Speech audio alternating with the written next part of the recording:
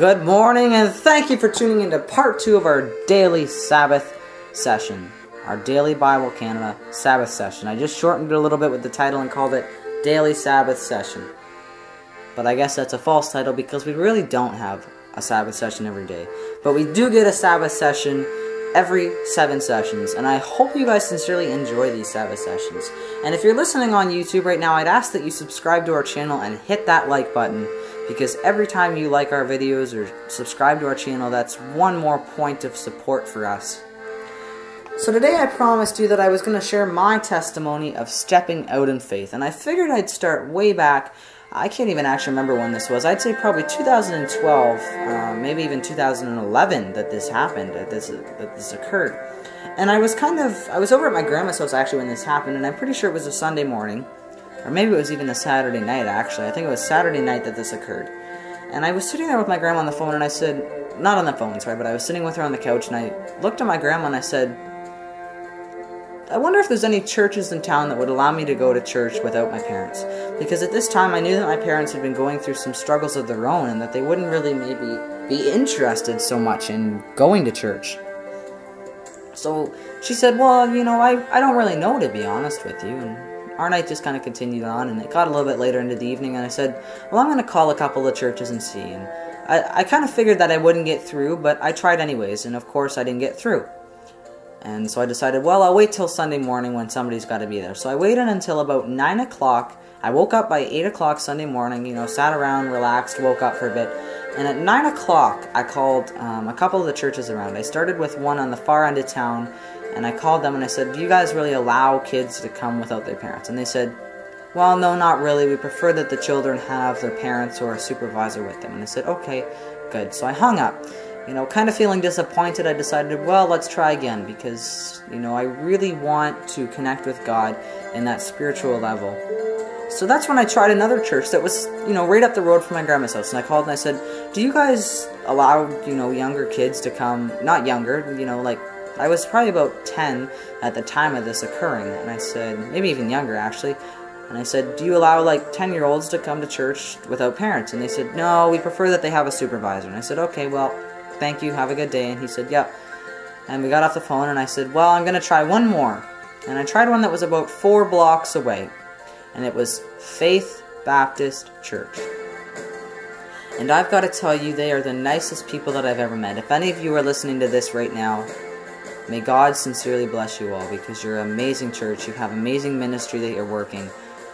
And so anyway, so I called the church Sunday morning, and this was probably about 9:30 now that I'm calling it. And I asked him, I said, do you have, you know, do you allow children or you know, 10-year-olds, I guess, is probably what I told him. I said, do you allow kids around the 10-year-old age to come to church without their parents? And he said, oh, well, of course. He said, we'd love to have you come out.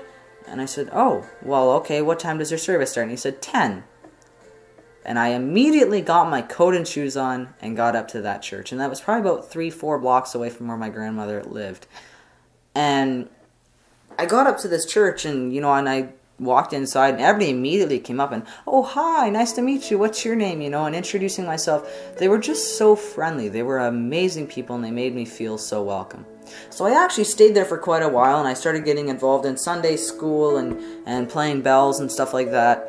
But then I started to kind of slide away, and I kind of, you know, I stopped going at times. Like, there was a couple times where I'd stop going for 2 to 3 weeks, and then my faith would get back up that hill, and I'd keep going. It was almost like a car. I was driving up the hill, but my car just wouldn't make it to the peak. It kept rolling back down.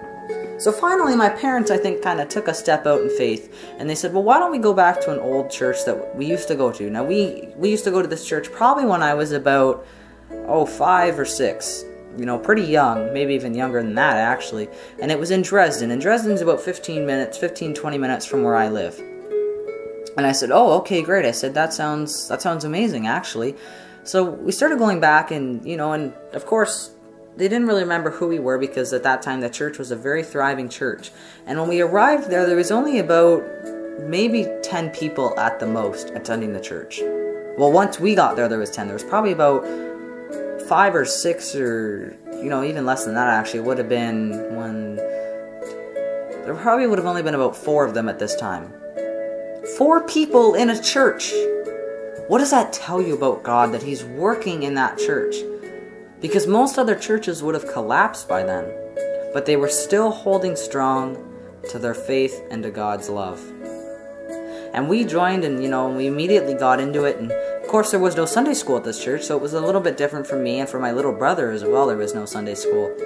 And I really enjoyed the church. They were very nice, and it was probably about a month and a half after we started going here that the pastor came up to me and asked me if I'd like to go down to Oklahoma for a camp. And I mean, this was a big step, I've never really gone anywhere that far without a family member. Up until then, the farthest I've probably gone is, well, I think that was the year that we went to Mexico, me and my grandmother. Or just before that, or somewhere around there, me and my grandmother went to Mexico. And I said, yeah, I said, I'd love to go. And we started attending this church in about spring of 2015. And it was probably about March, April-ish that she came and asked me that. And I said, sure. And she said, okay, well, the camp's in July. And I said, oh, okay. So, so she told my parents and talked with them, and they said, okay, well, we'll have to discuss it because we don't really have that much money. And I immediately came home and I began praying about it. I said, okay, God, well, and at this time I didn't really have that strong prayer, how can you word it, that strong prayer that you don't really know at first, or you don't know how to really pray, I guess is how to word it. I didn't really know how to pray fully at first. And I said, okay, well, I said, Father God, I said, I ask that you be able to bless us with money so that we may be able to go, or that I may be able to attend this camp. Of course, my parents couldn't go because my dad was working, my mom was working, they had my younger brother. So it would have been just me going with two people that I haven't seen for many years, probably. And at this time, I had probably only seen them for about 6, 7, maybe 8 times at the most. Maybe it was about 2 months. I can't remember exactly. And so we kind of discussed it, and they said, okay, well, Brandon, we don't really think that you can go because we don't have the financial support to support this. And I said, okay. I said, well, that's okay because there will always be other opportunities. I was really bummed out about this.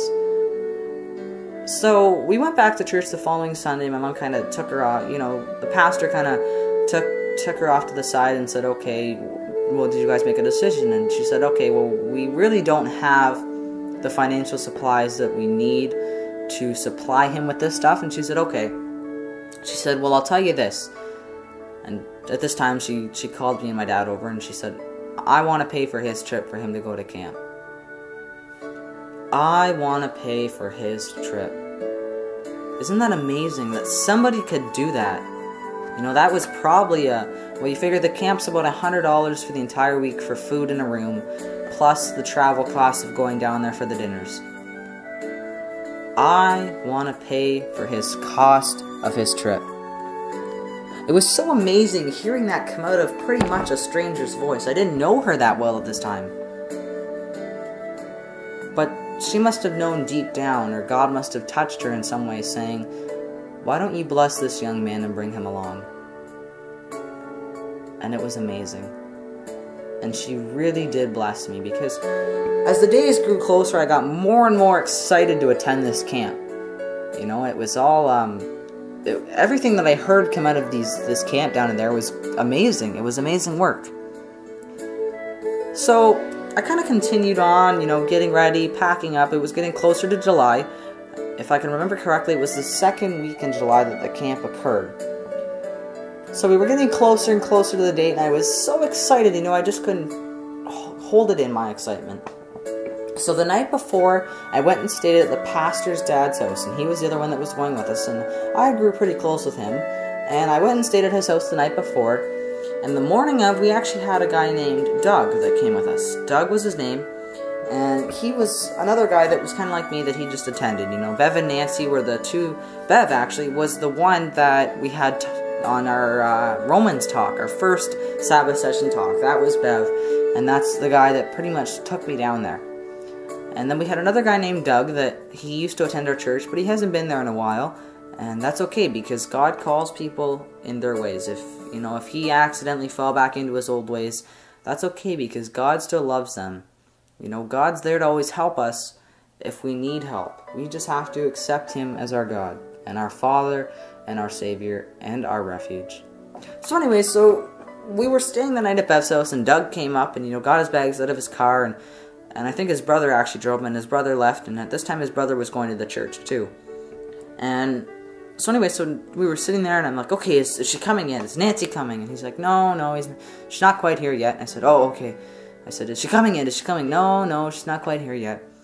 And eventually, finally, she pulled into the driveway and came up, and he was living in kind of what would you call it? I guess a town, not really a townhouse. It was more like little apartments, but it wasn't an apartment building. It was almost like a motel kind of layout. And so anyway, so she pulls up the driveway, and we load up the car, and we get off on the road. And we're continuing on the road and down the road. And a lot of the people from that camp call me Sam now. Sam is what they call me. And in case you're wondering why they call me that, well, it's because of a scripture reference that comes from 1 Samuel. And actually, I'm just going to turn to my Bible here to 1 Samuel. And in 1 Samuel, we're told of the prophet Elijah. He kind of, Hannah has always wanted a child, right? And her husband was Elkanah, and she'd always wanted a child, but she was never able to give birth to a child. So she prayed to God and said, Lord, if you give me this child, I'll dedicate it to the Lord and to the Lord's temple. So she was given the child, and the child of Samuel was given unto Elijah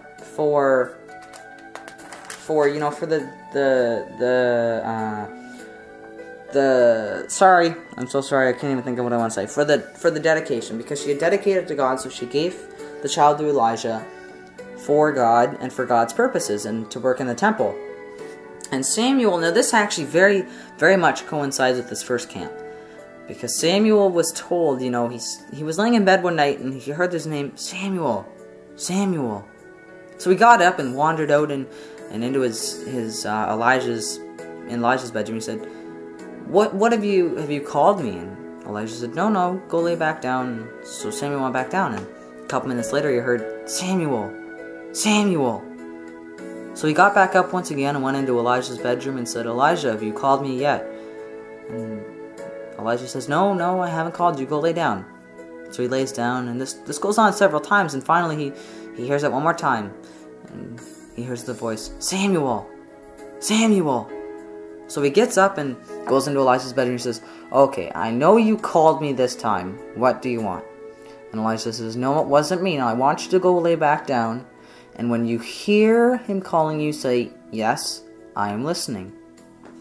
So, so Samuel goes and lays back down in his bed, and he hears the voice again, Samuel, Samuel.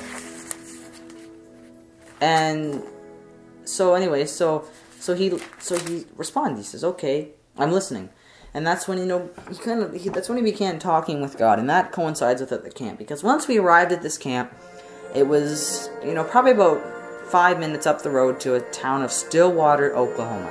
If any of you know where that is, it's probably about an hour and a half to a little bit more than that, I guess. It's just south of the border when you're coming from Kansas. Just south of the border a little bit, not too far into Oklahoma.